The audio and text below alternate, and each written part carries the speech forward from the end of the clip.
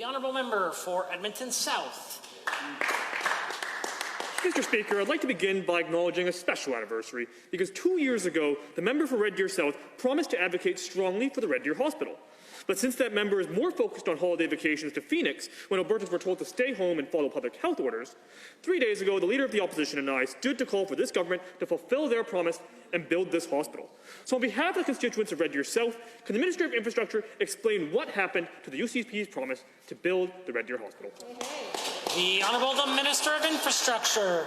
Mr. Speaker, through you, I want to be crystal clear to all Central Albertans that Alberta's government is fully committed to build Red Deer Hospital. We approved $100 million last year, and important planning work is in progress.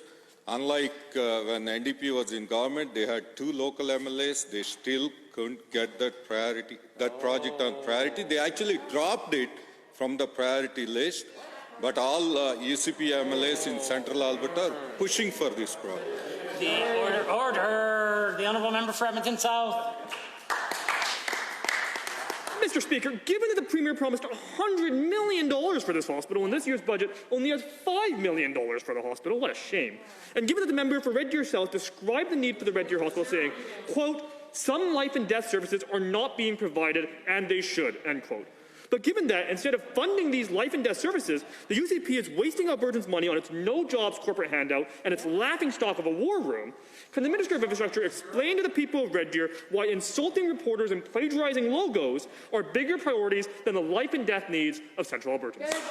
The Honourable Minister of Infrastructure. Mr. Speaker, large-scale projects like hospital projects require clinical services plan, business plan, functional programming, design and construction. All that is underway, Mr. Speaker.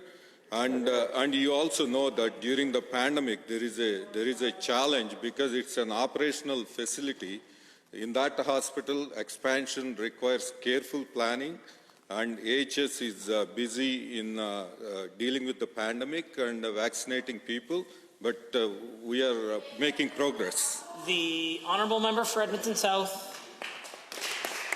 Thank you, Mr. Speaker. Given that this government is spending more money plagiarizing logos than they are in the Red Deer Hospital, and given that Red Deer is also represented by a cabinet minister, the Minister of Education, and given that clearly she advocated for money to build some schools in Alberta, mind you, none in major cities, but given that when it comes time for the minister to advocate for her own constituents and the long-awaited hospital expansion in Red Deer, they elected the UCP to build, and given that I'm getting no straight answers here from the Minister of Infrastructure, will the Minister of Education rise in this House and explain to her constituents why she has failed to address the healthcare needs of her constituents and secure money for the Red Deer Hospital?